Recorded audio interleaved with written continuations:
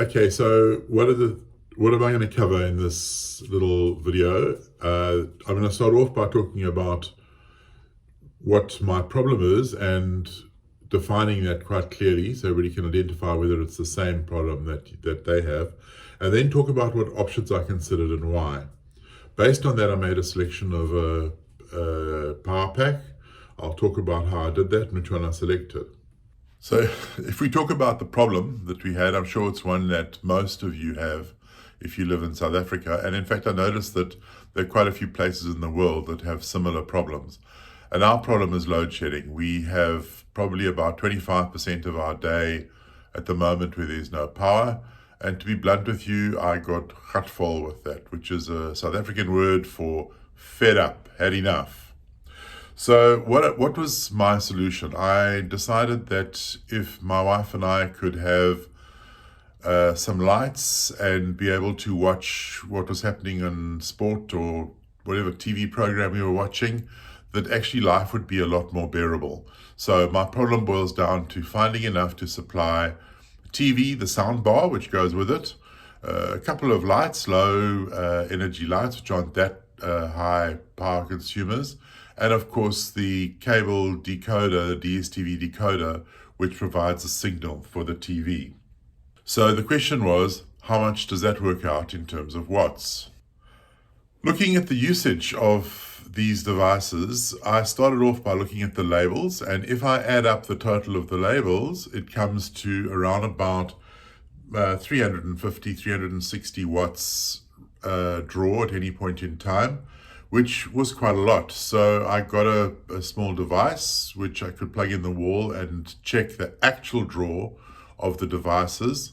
And checking that over time, I recognized that the actual draw is significantly less. It's around about 170 watts. So my decision was that given that our power outage is usually about 2.5 hours, if I could go for about 4 hours with enough power to satisfy that draw, then things would be good for us. And so 4 hours, if I take it at 200 watts, just to be a little safe, 4 hours translates to 800 watts.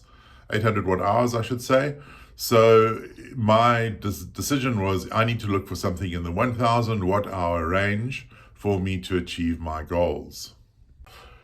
I also had a look to see what my other devices drew, and I put up a little table of kettles and toasters and tumble dryers and whatever, just to see what the total wattage draw is at any point in time, with an idea that if need be, I might be able to use the same power device for some of those.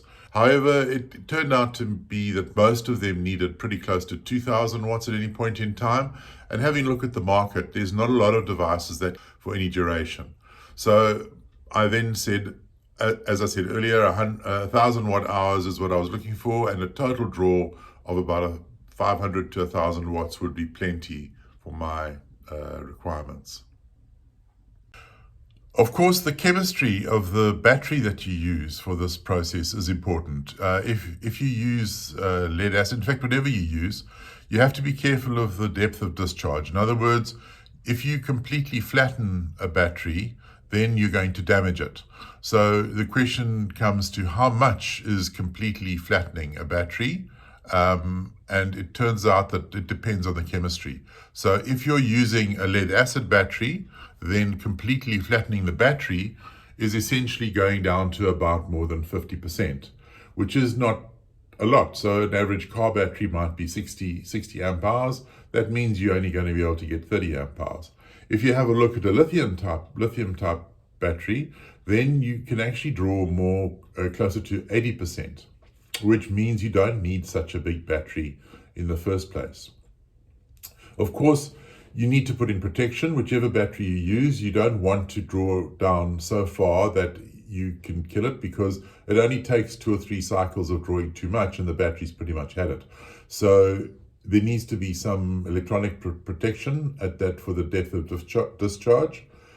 And in addition, we need to look at the number of cycles, because different batteries can run for a different number of cycles.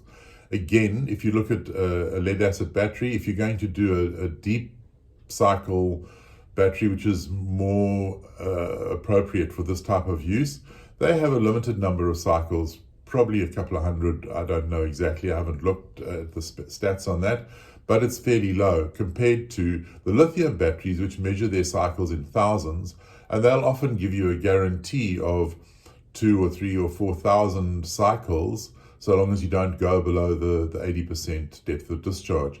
If you work out the cost of the battery and the number of cycles, it actually turns out, and there are some videos on the web about this, it actually turns out that the lithium batteries are actually cheaper. There's a higher upfront cost, but long term, they're cheaper. So for that reason, my decision was to look for a lithium-based power pack to achieve the goals that I've outlined.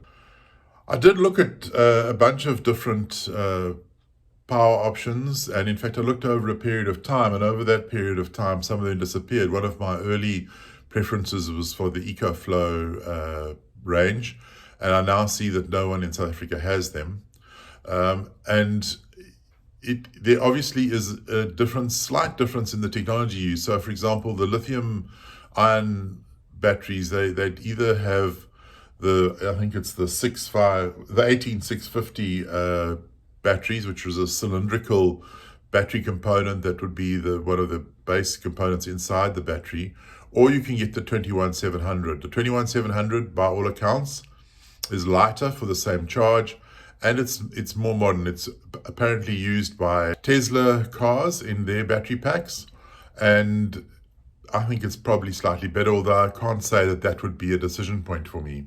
And you can see that there were various options. The one which essentially on a purely cost basis looked the best decision for me was the Genki GK-1000. And we'll have a look at that in the next video. I think this is enough for the first video that I'm going to post. So I hope you'll have a look at the following one. Subscribe to make sure that you don't miss it. And a thumbs up would be really appreciated. Thanks, guys.